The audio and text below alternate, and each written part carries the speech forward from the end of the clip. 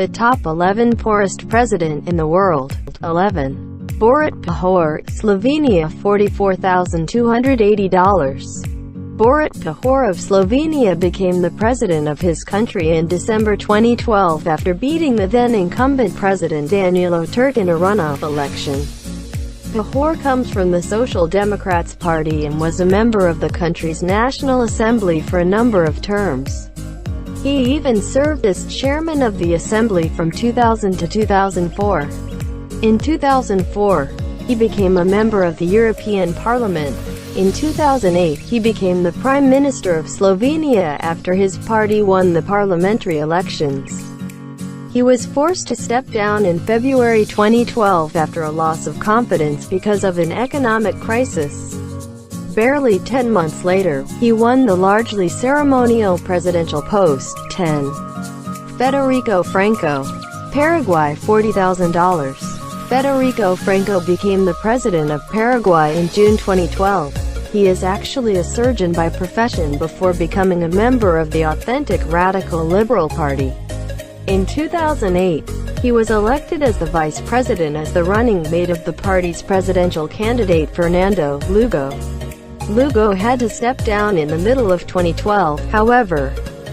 After he was impeached in the Senate, Franco then took over the top post. 9.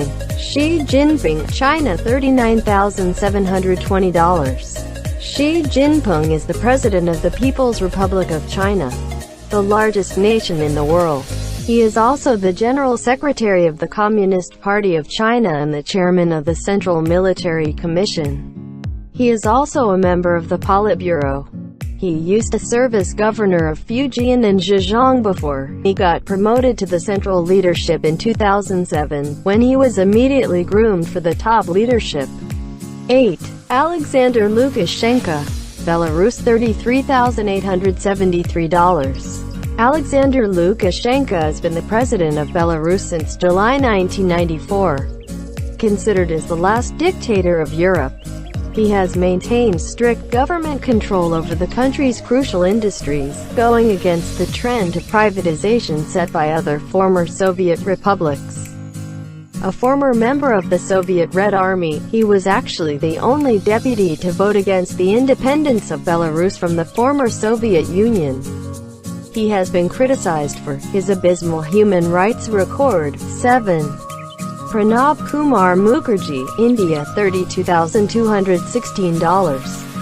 Pranab Kumar Mukherjee has been the president of India since July 2012. He has been with the government for over 40 years. He first entered politics as a member of the Indian upper house called the Rajya Sabha. He then became one of the most trusted assistants of then Prime Minister Indira Gandhi. He served in a number of cabinet positions, as well as a leader in the parliament. He had a brief falling out with the Congress Party after the assassination of Gandhi when Indira's son, Rajiv, took over. The two later made up and Mukherjee became the party's top troubleshooter. He then became Union Finance Minister before getting elected as President. 6. Marin Rakov Nikolov has been acting Prime Minister of Bulgaria since March 2013. He took over after the resignation of the previous Prime Minister Boyko Borisov, who has been accused of corruption, money laundering, connection with organized crime, curtailing press freedom, racism and xenophobia. Low living standards and the high cost of energy led to huge nationwide protests that forced him out of office. Rakov then took over as both Provisional Prime Minister and Foreign Affairs Minister after his appointment by Rosen Plevneliev, the President of Bulgaria. Rakov also once served as the country's ambassador to France. 5. Robert Mugabe, Zimbabwe, $18,000. Robert Mugabe has been the president of Zimbabwe since December 1987. He was once seen as a hero after leading guerrilla forces against the then-white rulers of Rhodesia. He took power in 1980 as prime minister before becoming president in 1987. He has been involved in a number of controversies, specifically the plunder of neighboring Congo in the guise of helping the latter's government. His land reform program has also been characterized by violence as he seeks to redistribute land that was inequitably distributed during his country's time as a colony of the United Kingdom. 4. Hamid Karzai, Afghanistan, $6,300. Hamid Karzai has been the president of Afghanistan since December 2001. He has led the landlocked Central Asian nation since American forces helped remove the Taliban regime in the aftermath of 9/11. He was first elected as chairman of an interim administration by other political figures of his country during an international conference on Afghanistan held in Germany. He then became interim president after a vote by the Grand Assembly in 2002. In 2004, he formally won the office after winning the popular vote in presidential elections. He was then re-elected in 2009. 3. Mahmoud Ahmadinejad, Iran, $3,000. Mahmoud Ahmadinejad has been the president of Iran since August 2005. He is the leader of a coalition of conservative groups in his country called the Alliance of Builders of Islamic Iran. A teacher by profession, he became active after the Islamic Revolution of 1979 when he joined the Office for Strengthening Unity. After a stint as a provincial governor, he went back to teaching, only to return to the limelight after getting elected as mayor of Tehran in 2003. He ran as president in 2005, espousing a hardline and extremely conservative stance, winning the elections by attaining up to 62% of the vote in runoff elections. He survived domestic protests over his economic policies and international criticism over his belligerent stance to win a second term in 2009, though the 2. Pope Francis, Vatican, $0. Pope Francis is Jorge Mario Bergoglio, and he assumed the leadership of the State of Vatican in March 2013 after the resignation of Pope Benedict XVI. Though the Vatican is the smallest independent state in the world, the Pope's influence is much larger because he also serves as the Bishop of Rome and head of the Roman Catholic Church. He was born in Argentina, though he is of Italian descent.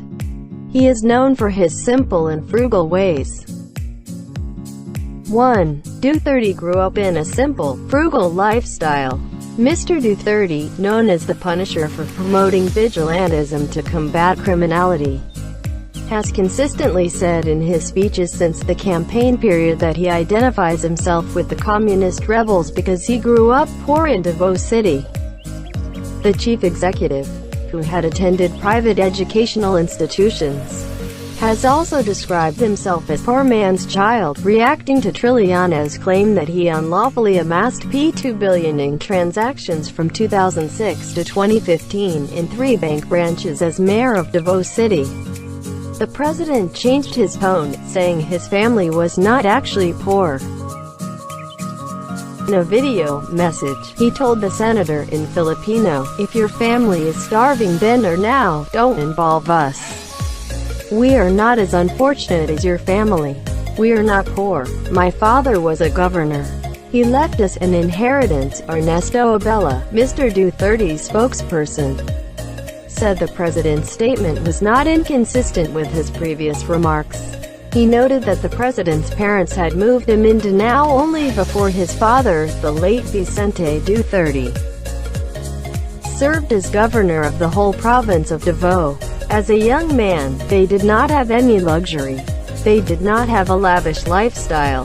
They were not rich because the parents were immigrants. They have yet to save up, he said.